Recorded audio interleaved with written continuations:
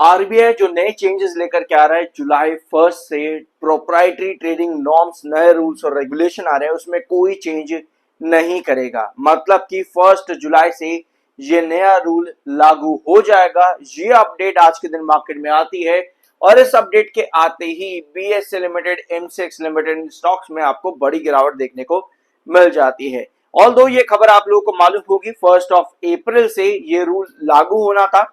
फिर आपकी commodity trading और साथ में कैपिटल मार्केट्स और साथ में मार्केट ब्रोकर्स की तरफ से जो है मांग करी गई आरबीआई से कि इस रूल को ना लेकर के आया जाए। लेकिन आरबीआई ने क्या किया, आरबीआई ने इस रूल को एक्सटेंड कर दिया। डेट ऑफ इंप्लीमेंटेशन इस रूल का एक्सटेंड कर दिया जुलाई 1 से। यह अपडेट आपकी आई थी अप्रैल के महीने में।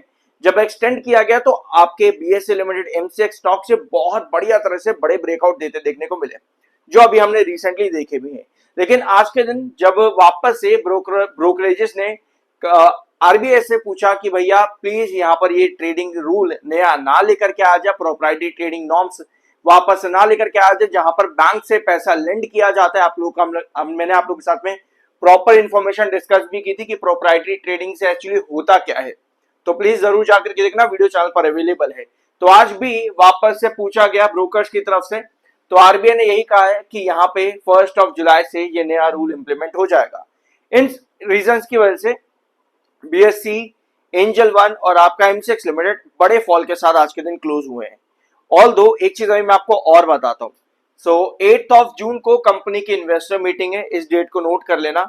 बहुत ध्यान से देखना, बहुत ध्यान से कोई भी चीज हम डिस्कस करते हैं चैनल के ऊपर, बहुत ध्यान से सुना करो। रीजन मैं अभी आपको बताता हूँ, पहले इस वाले छोटे से क्लिप को सुनना है, मैंने कल आप लोगों के साथ अपलोड किया था। दैट मीन्स कि भैया बड़ा ब्रेकआउट यहाँ पर अगर आपको चाहिए तो भैया पहले तो 4160 पर आना जरूरी है, फिर उसके बाद साइड में बनाना जरूरी है, तभी आपको ब्रेकआउट मिलेगा। अदरवाइज एक छोटी खबर है, इसका फाइनल डिक्लेरेशन अभी नहीं आया है, यानी इंप्लीमेंटेशन में नहीं आया है। छोटा सा मोमेंटम दिखा करके कहीं सेलिंग ना आ जाए, वो चीज भी अभी इन्वेस्टर को यहाँ पर देखी। ठीक है, तो कल के वीडियो में हम लोगों ने डिस्कस किया था कि अभी जो खबर आई है, कल के दिन जो आपकी खबर आ सकती थी, क्योंकि ये वीडियो मैंने लिया था आप लोगों के सामने लगभग 11:30-12 बजे के आसपास, और कल दिन के आखिर में जाकर के अपडेट आई थी कि एफआईएस के लिए जो है फाइनेंस मिनिस्ट्री या फिर गवर्नमेंट टैक्सेस कट कर सकती है। लॉन्ग टर्म कैपिटल गेन्स आप लोगों ने सुना होगा, कल वोडाफोन फ्राइडे के वीडियो में रात को मैंने डिस्कस भी उस चीज को किया था कि ये खबर अभी फाइनल नहीं हुई है। तो इसका मतलब ये ना हो कि भैया थोड़ा सा ब्रेकआउट देकर के वापस सेलिंग की तरफ आ जाए, तो उसके लिए 4160 क्रॉस करना पड़ेगा। ये आपका क्रूशियल रिजेक्शन है, नहीं आता है तो आपको सेलिंग देखने को मिलेगी।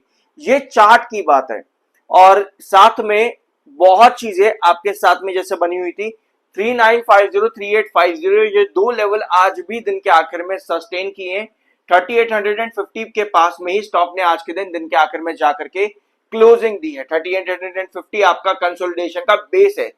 मैं आपको बहुत चीजें इस वीडियो में बताना चाहता हूं, लेकिन मैं अपने आप को रिस्ट्रिक्ट करूंगा, बहुत ज्यादा रिस्ट्रिक्ट करूंगा सीरियसली। 50.7 पर एमएफआई, 55.1 पर आपका आरएसआई।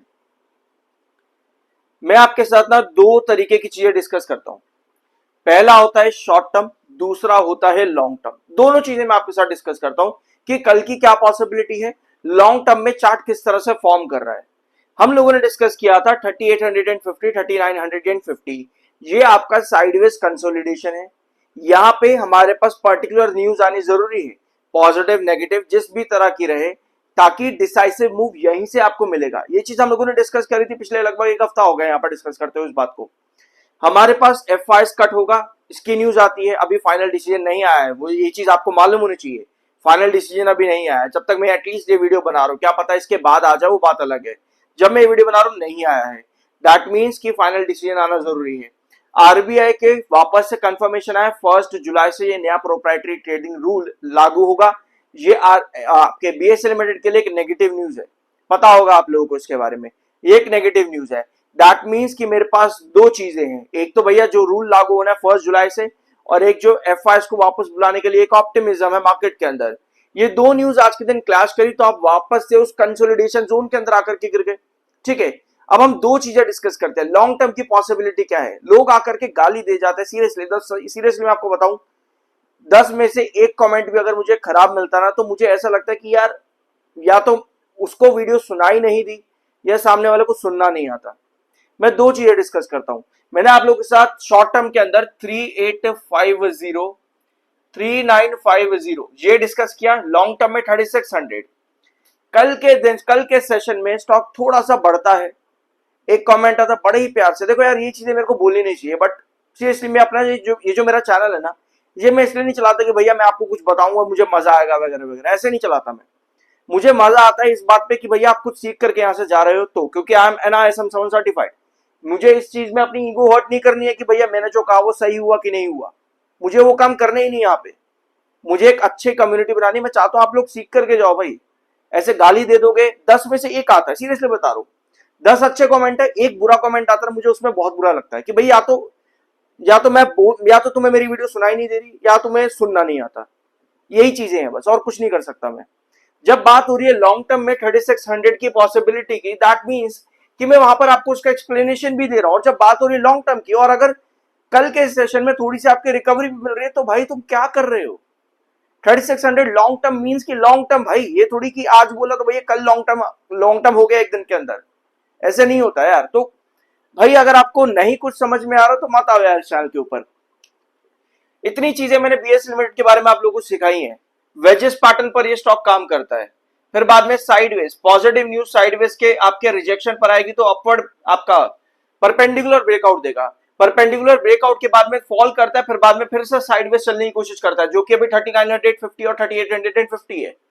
यहां पर रिजेक्शन पे आपके पास पॉजिटिव न्यूज आना जरूरी है ताकि आप वापस से ब्रेकआउट ले पाओ। नहीं आएगी तो आप फॉल करोगे, फिर से एक नए साइडवेज पैटर्न के लिए जाओगे जहां पे 3600 का आपका क्रूशियल बेस है। तो यार इतना कुछ बताने के बाद में सीरियसली मुझे, खैर कोई बात नहीं, मैं इसको ज्यादा एक्सटेंड नहीं करूंगा, वरना नए जो व्यूअर आते हैं वो कहते हैं भाई ये क्या ही आदमी है, पता नहीं क्या बातें करता है। जो पुराने हैं वो शायद समझते होंगे इस चीजों को। फिलहाल कोई बात नहीं, वापस आते हैं हमारे चार्ट के ऊपर।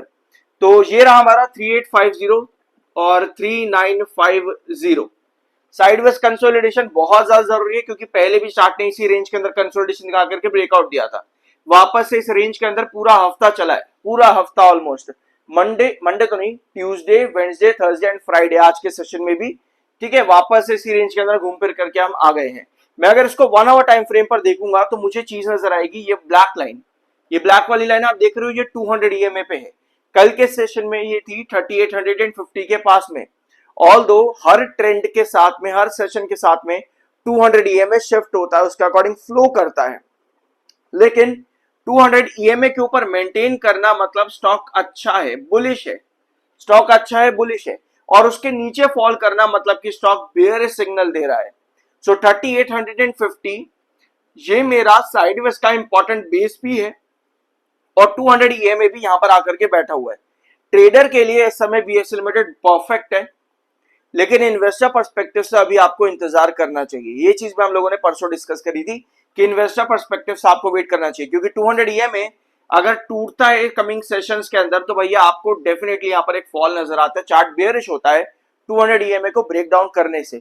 तो 7 आपके 1 आवर टाइम फ्रेम पर 200 EMA 3884 पर है, 3884 पर आपका 3869 पर 3869 यहां पर है आपका 200 EMA 1 आवर टाइम फ्रेम पे 3869 पर। तो जब तक इसके ऊपर है चार्ट अच्छा है, ट्रेडर पर्सपेक्टिव से यहां पर अच्छे खासे कॉल और इंट्राडेज बन रहे हैं, लेकिन लॉन्ग टर्म की जब बात आती है तो यहां पर अभी कॉशियस रहने की जरूरत है। ठीक है, तो हमारे पास क्या क्या चीजें चाहिए होंगी कि मेरे को 3600 रुपए का फॉल ना मिले, यहां पर कि मेरे को 3600 का फॉल ना मिले, उसके लिए मुझे क्या क्या चीजें चाहिए ये समझना बहुत ज्यादा जरूरी है। क्योंकि 3850 पर स्टेबिलिटी बनने के साथ में मुझे 3950 भी रेगुलर बेसिस पर चाहिए, ताकि ये फॉल ना बने। क्योंकि अगर 3950 मेरा कमिंग सेशन में नहीं आ पा रहा है, दैट मींस कि स्टॉक कहीं ना कहीं 3850 पर भी स्ट्रगल कर रहा है।